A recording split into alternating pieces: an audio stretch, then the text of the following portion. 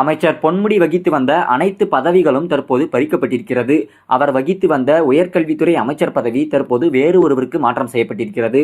அவர் வகித்து வந்த திருக்கோயிலூர் சட்டமன்ற உறுப்பினர் பதவியும் தற்போது அவரிடமிருந்து பறிக்கப்பட்டுள்ளது. தற்போது பொன்முடி அவர்கள் எந்தவித பதவியும் இல்லாத ஒரு சாதாரண மனிதனாக இருக்கிறார். இழந்த இந்த பதவிகளை எல்லாம் மீட்பதற்கு அவருக்கு வாய்ப்பு இருக்கிறதா? அவரை எப்போது கைது செய்வார்கள்? அவர் எப்போது சிறைக்கு செல்வார்கள் என்பதை பற்றி தெளிவாக இந்த வீடியோ பதிவில் பார்க்கலாம். வீடியோவை தொடர்ந்து முழுமையாக பாருங்கள். சொத்து குவிப்பு வழக்கில் அமைச்சர் பொன்முடிக்கும் அவரது மனைவி விசாலாட்சிக்கும் தலா 50 லட்சம் ரூபாய் அபராதமும் 3 ஆண்டுகள் சிறை தண்டனையும் விதிக்கப்பட்ட உடனேயே அமைச்சர் பொன்முடியும் அவரது மனைவியும் நீதிமன்றத்திலேயே கதறி அழுதிருக்கின்றனர். இறுதியாக அவரை வீட்டிற்கு அழைத்து சென்று வந்தவுடன் வீட்டிலேயே கதவை சாத்திக் கொண்டு அமைச்சர் பொன்முடி கதறி அழுததாகவும் கூறப்படுகிறது.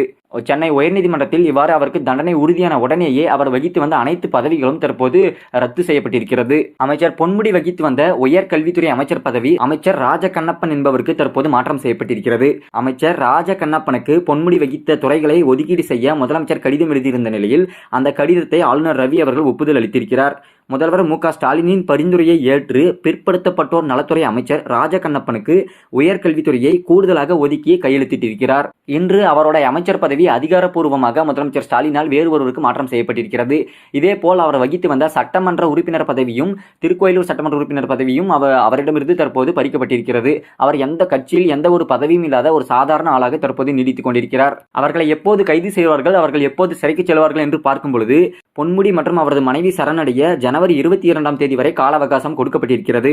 முன்னாள் அமைச்சர் பொன்முடி மற்றும் அவரது மனைவி விசாலாட்சி விழுப்புரம் நீதிமன்றத்தில் சரணடைய 2024 ஜனவரி 22ஆம் தேதி வரை கால அவகாசம் கொடுக்கப்பட்டிருக்கிறது. அப்படி அவர்கள் சரணடையாவிடில் அவர்களை கைது செய்ய கீழமை நீதிமன்றம் நடவடிக்கை எடுக்கலாம் என சென்னை உயர்நீதிமன்ற நீதிபதி ஜெயச்சந்திரன் அவர்கள் உத்தரவிட்டிருக்கிறார். அதற்குள்ளாகவே நீங்கள் டெல்லி உச்சநீதிமன்றத்தில் மேல்முறையீடு செய்து தண்டனை காலத்தை குறைக்கவும் விண்ணப்பிக்கலாம். மேலும் இந்த வழக்கில் இருந்து விடுதலை செய்வதற்காகவும் நீங்கள் பல்வேறு முயற்சிகளை எடுக்கலாம் என்ற ஒரு வாய்ப்பும் தற்போது அமைச்சர் பொன்முடிக்கு இருக்கிறது.